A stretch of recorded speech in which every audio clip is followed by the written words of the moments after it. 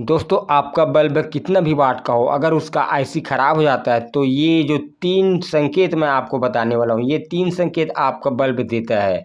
तो इस तरह से आप समझ जाएंगे कि आपका बल्ब का आईसी है ये ख़राब हो चुका है। तो चलो तो वीडियो को स्टार्ट कर ही लेते हैं।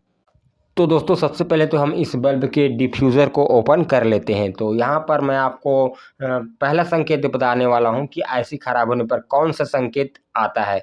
तो यहाँ पर मैं आपको इस होल्डर में सप्लाई चेक कर के दिखा देता हूँ।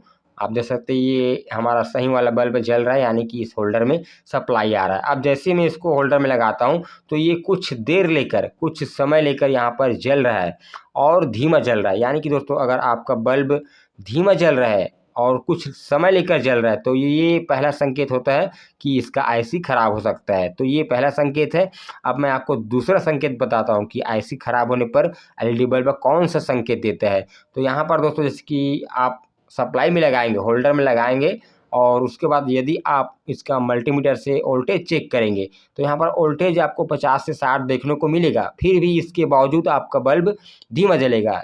लेकिन कई बल्ब ऐसे होते हैं 50-60 वोल्टेज में थोड़ा ज़्यादा रोशनी देता है, लेकिन इसमें 50-60 वोल्टेज होने के बावजूद भी आपका बल्ब बहुत धीमा जलेगा। तो ये इसका दूसरा संकेत होता है। अब यहाँ पर मैं आपको तीसरा संकेत बताता हूँ कि आईसी ख़राब होने पर क्या संकेत मिलता है। तो यहाँ पर आपको एक वायर का चिमटी तैयार कर लेना है चेक करने के लिए। इस तरह से आप देख सकते हैं। और यहाँ पर आपको सप्लाई देने के बाद यहाँ पर डीसी आउटपुट में शॉर्ट करना है। तो शॉर्ट करने पर आपको चट की आवाज़ है वो बहुत धीमा आएगा, बहुत धीमा आएगा, फटाक से नहीं आएगा, जैसे कि आप देख पा रहे हैं। और यहाँ पर शॉर्ट करने पर आपका बल्ब जलना बंद हो जाता है और धीरे धीरे जलना स्टार्ट होता है। जैसे कि आप देख पा रहे हैं मैं शॉर्ट किया, ये धीरे धीरे कुछ समय लेकर जल रहा है और बहुत कम जल रहा है।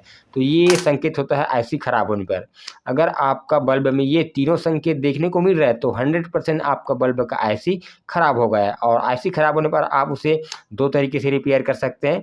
पहला तो आप आईसी को चेंज करेंगे और दूसरा आप आईसी को शॉर्ट करके बाईपास करेंगे। तो अगर आप बाईपास करना चाहते हैं तो ये वाला वीडियो आप देख सकते हैं।